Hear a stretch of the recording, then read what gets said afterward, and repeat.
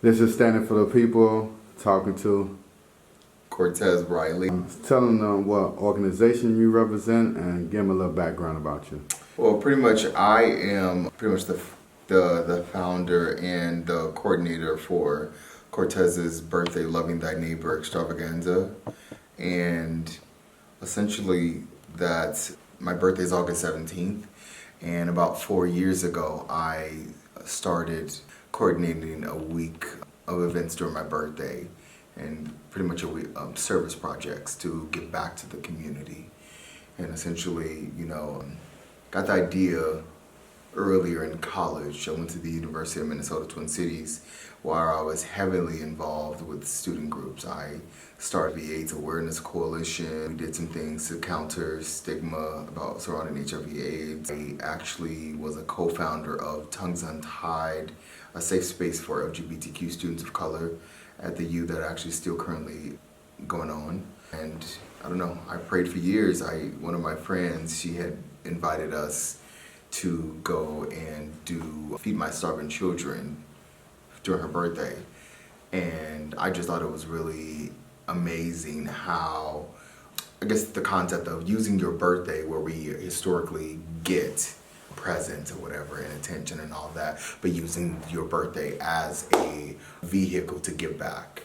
And so as I pray and I have an immense amount of faith in my Heavenly Father, I prayed for years and then got into recovery. Right now I am over 3 years clean. I'm a grateful recovering addict. And when I was about 4 months clean, started getting ideas, and essentially I started reaching out to people who I know, and I started doing the work, and I continue to do it. What made you want to go into recovery? Like, what stages that you had to go through to make you want to recover? Well, essentially, I had gotten to a point where drugs are no longer drugs, and by drugs I am including alcohol as well, had no longer numbed the pain. The pain of living life on life's terms, the pain of feeling like I wasn't good enough, the pain of not healing from my past or whatever else I was going through. I got to a point where I had given up on all my goals and dreams. I no longer cared about going to law school.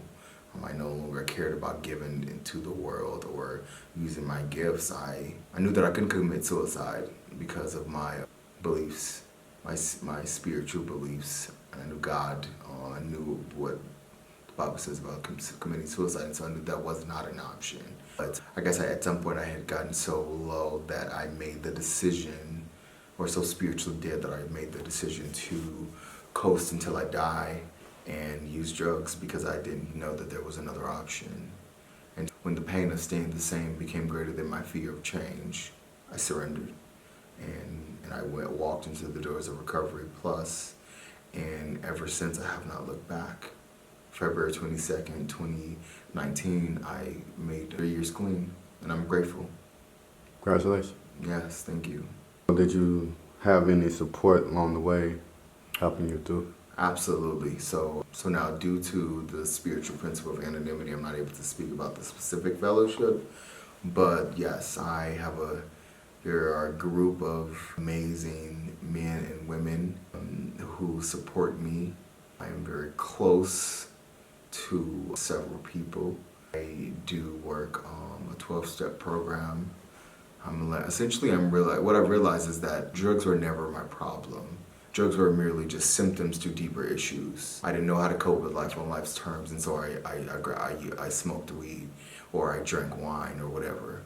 I was angry. I was fearful of the future, and so I used. I felt inadequate, and so I didn't use. I couldn't save the world in one night, and so then I used. Constantly placed unrealistic expectations on myself, and so I used. Didn't know how to deal with just being in just for today, and so I used, and all these different things, or even comparing myself to other people, and I didn't measure up because I thought that I should be somewhere else in my life, but I wasn't, and so I used. And today I have a host of people who love me and care about me and who understand me and who are on the same journey with me, who They are teaching me about how to live life on life's terms, and also teaching me about living just for the moment, really, one day at a time. So what would you say for the person that's actually going through what you went through? What would you tell them and advice you would give them to reach out to people to actually help them? I would say surrender to win. When the student is ready, the teacher will appear. And so whoever is struggling with essentially with addiction, we all know when we are ready, we will find the answers. We will find the answers because by grace, this is all set up in a way that when we actually truly want to change occurs. The how does not matter, because I still remember. I guess what keeps me fresh in my recovery and working my program is remembering the desperation. Remembering the desperation, like how I felt when I walked into Recovery Plus. I remember knowing I was terrified of going forth because I had no idea what to expect. Because I didn't know how you could actually enjoy life without using drugs. That's how deeply in drugs I was. All I knew is that I could not look back because I was familiar with that kind of hell. I was familiar with pain, and it hurt too much. But so I was willing to do whatever it took to go forth and learn some new things, and I'm still doing that. My life is not all of a sudden peaches and cream every day. I have good days and bad days, and sometimes just okay days. But no matter what, I don't use, and that's because of every day I surrender to win. Surrendering to life on life's terms, surrendering to the work that has to be done, surrendering to the fact that I just can't idly sit around and do nothing, because an idle mind is the devil's playground. I have to actually get up and use these gifts and ultimately give it to my higher power, give it to my God, my Heavenly Father. What do you believe you're here for? Like, what is your path? I believe that my path is service to people. Service to people. Loving my neighbor. Loving my neighbor. That's the cornerstone of my birthday. Honestly, we give service. And actually, I'm on another journey now. Because as I've been recovering and as I've been learning new things in life and learning things about myself, all of a sudden, dreams are beginning to come true. And it's the small things. And so now I am preparing to write this book about my life. Pretty much, when I was before the age of 14, I almost died 3 times, at least 3 times from medical issues. And in 2014, I started learning about this herbalist named Dr. Sebi. And he was a prolific herbalist. I mean, he has this healing village in Honduras. And so, and this nutritionalist, and he did a lot of talks when he was alive about herbs and the leaves of the tree are for the healing of the nations. And so ever since then, I've been learning a lot about healing our bodily temples naturally with the herbs that God gave us. So now I'm going to be writing a book about my sickness and things like that, and essentially then identifying the solution as a plant-based alkaline diet. So have you ever used any of the plants that Dr. Saber? Oh, absolutely. I have some at home right now, several like purple sea moss and Cascara sagrada and Irish moss and Dr. Sebi's Bromide Plus powder, fruits on his list. I mean, it goes on and on. Do you know what all these things do? Like, if I wanted to get one of these plants or use these vitamins that he have, what would it help me with? See, he doesn't have any vitamins. He has like minerals and things like that. Okay. So pretty much, so here's the thing. It's a science. It's a science like anything else. It's a science. It's not something, it's not, healing the body requires patience, it requires knowledge, and it requires experimentation. Because we've gotten so far from the natural plant-based diet of our ancestors that for generations upon generations, we've lost the healing that comes from towing the earth and things like that. And so I want to essentially use my story as a platform to start convicting people's hearts to essentially convert their diets over to eating plant-based, using natural healing methods. Pretty much Hippocrates, he said that let thy food be thy medicine, kind of thing. But I want to think that there's a great deal of confusion and other things, deception about what truly is medicine. I want to use my story in order to hopefully empower others to do it. because in the last piece of the book or last experience that I know that I'm going to do is go to Dr. Sebi's healing village in Usha village in the Honduras. Yeah, by November 1st of 2020. And I want to write the book. That's amazing. We'll see what happens. And I want to do other stuff.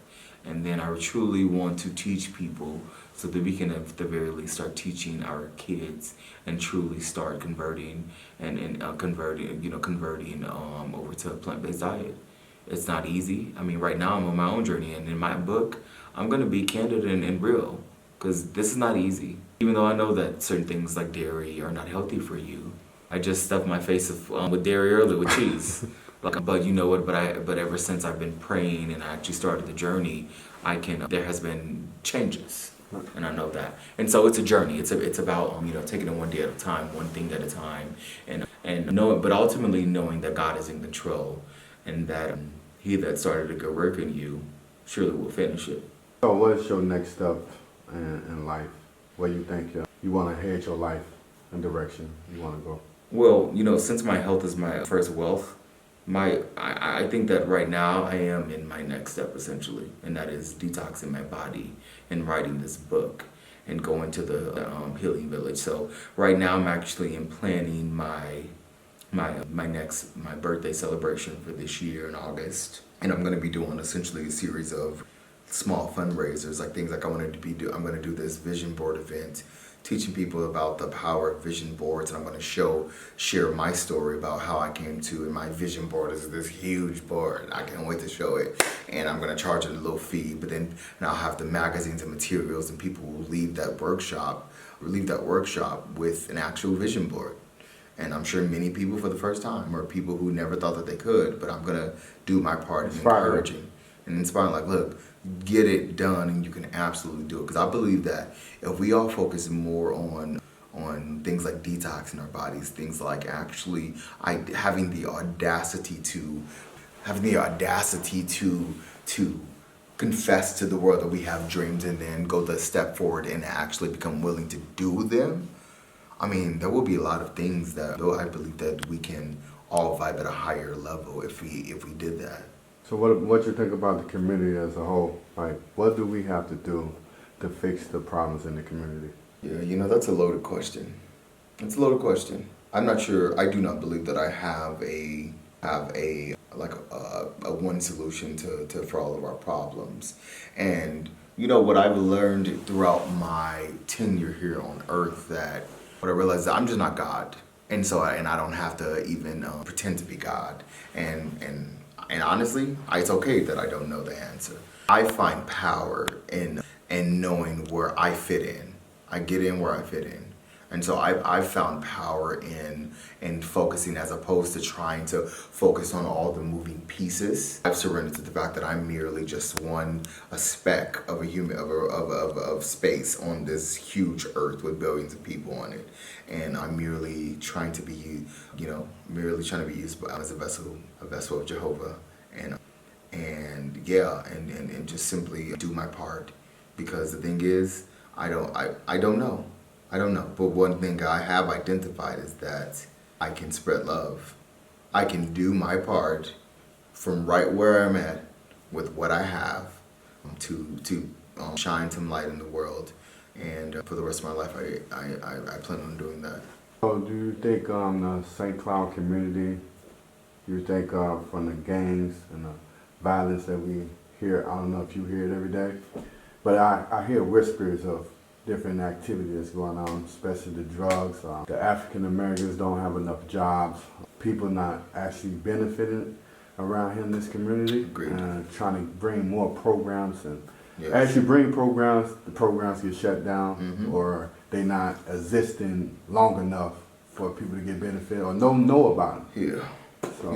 Well, first off, on the gang violence, it's, I've been here. I know a few things. I work at a high school. I essentially mentor students and tutor them, and just my primary job is to cultivate quality relationships with youth. I think that within the community that is happening, but I think that it needs to occur on an even bigger scale. Because I believe that if our young folk were in these gangs and things like that, make some connections with some quality adults and mentors, I believe that it will serve as a deterrence to gang violence and things like that. From what I've gathered, people go to gangs to find some sort of a sense of identity, some sort of sense of belonging. And if they had quality adults in their lives mentoring them and really building them up and telling them that they do matter and that they have a purpose, all of a sudden they know they don't need to go out and commit crime. Now that perhaps is a very idealistic answer, but that's where I'm at with that. Now as far as our community, I've been involved with the community ever since I've been back here in 2011, and as opposed to lean into the negative aspects of it, I'll try to shy away from that, because I believe that negativity only begets more negativity, and I'm going to focus on the solution, not the problem. I'll acknowledge the problem, but I'm going to stay and do my best to stand the solution.